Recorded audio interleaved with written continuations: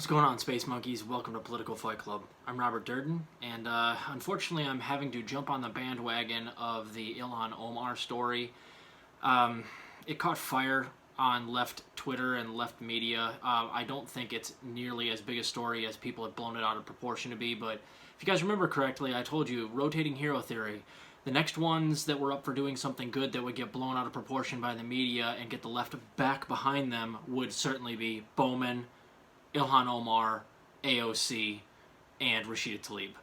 We have now three of those four, Ilhan Omar, AOC, and Bowman, have all been doing good things that have been kind of popularized over the last week.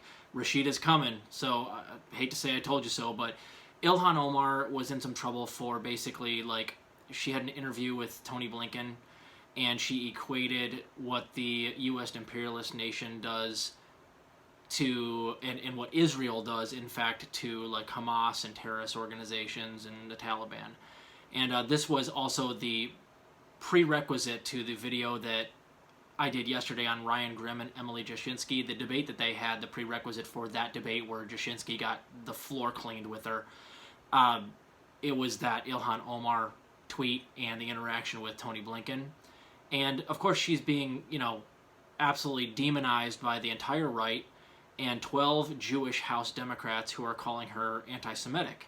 And this is what they always go to, and everybody's like all surprised that the Democratic Party is so fractured on this, which is ridiculous because Ilhan Omar is clearly not anti-Semitic.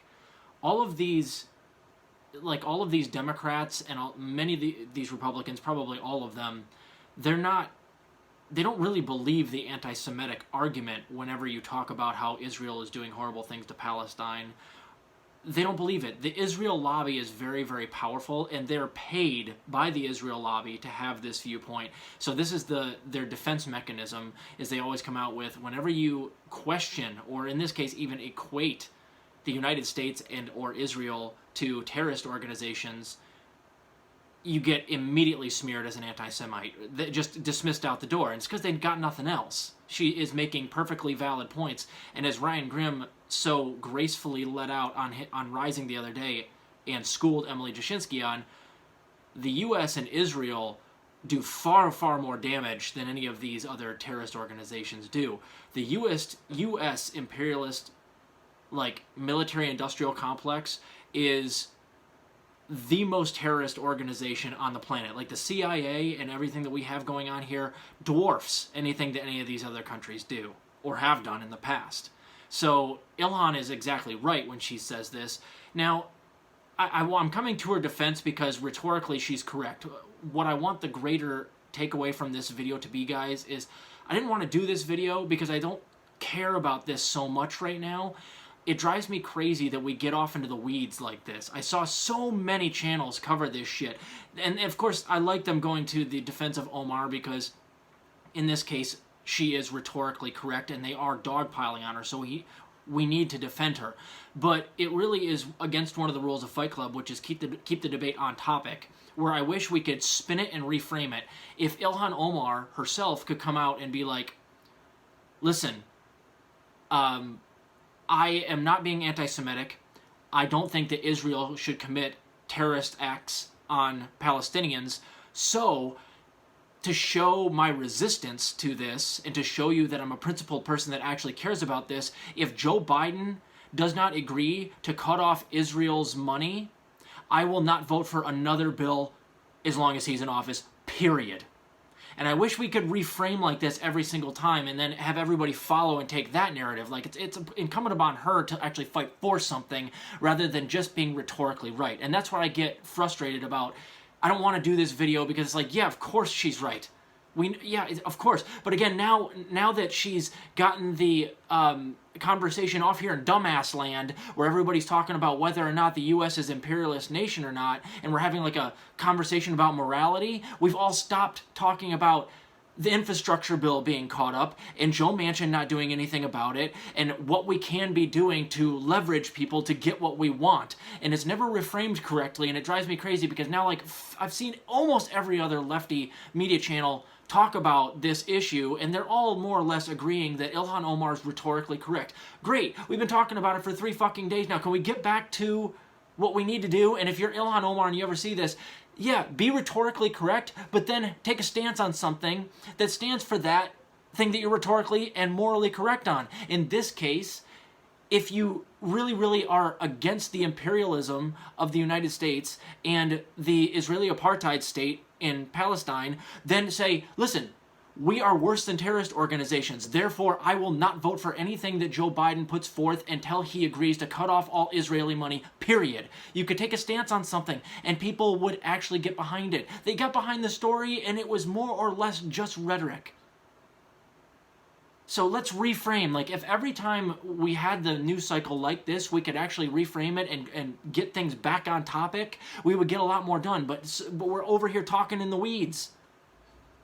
Yeah, obviously she's right. And we know that every time somebody, talks about BDS, they get smeared as an anti-Semite. They've been doing it for fucking ever. Why are we still caught in this loop? Let's reframe it. Ilhan, if you really, really care about these things, you won't vote for anything that Joe Biden puts forward, period, until he cuts off Israeli money, if you want to take a stance on something like this. And then it would have legs.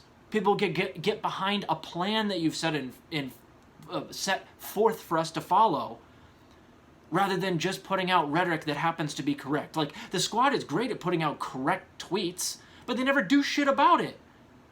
That's the problem. And then we allow ourselves as the populace to get tricked as if they're actually fighting for something. No. I want to see you draw a line in the sand, say, this is what I want from our government, and I'm not going to rest until I get it, and that includes withholding my vote, and here's the steps I'm going to take to make this happen. That's what you should be doing. But instead it's just like,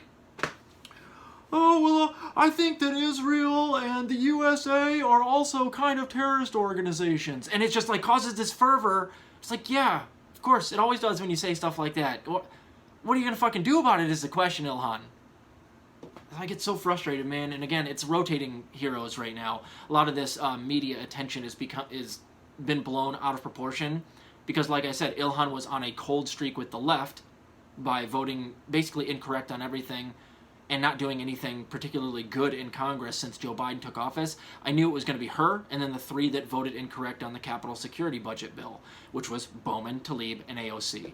And lo and behold, this last week, AOC and Bowman come out on the right side of the infrastructure thing, and they're vehemently, publicly in favor of drawing a line in the sand unless the budget for the infrastructure bill gets risen to $2 trillion, and there must be some sort of climate agreement. Part of the Green New Deal has to be in there. That was AOC saying that. Now again, they haven't threatened anything. Like, they've only barely alluded that they might withhold their vote, which again, it's an empty victory and it's all kabuki theater. So the Ilhan Omar thing is also kabuki theater unless she actually decides to take a stand on it, which she's fucking not. All they are is controlled opposition, the squad. I'll eat my words happily when they finally come through on anything. When they finally vote correct on one thing, I'll give them mad props. You guys know I will. But I can't give them props for anything they've done since Joe Biden's been in office. It's fucking pathetic. So let's get out of the weeds here and get back to, like, actually what we can do to help the country instead of just talking about whether or not Ilhan Omar's tweet is correct. Most of the squad's tweets are rhetorically correct.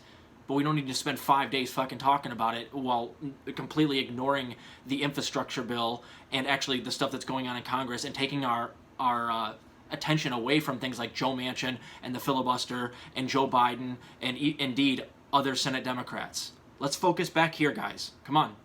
Get back here. So keep fighting the good fight out there, guys. I'll see you later.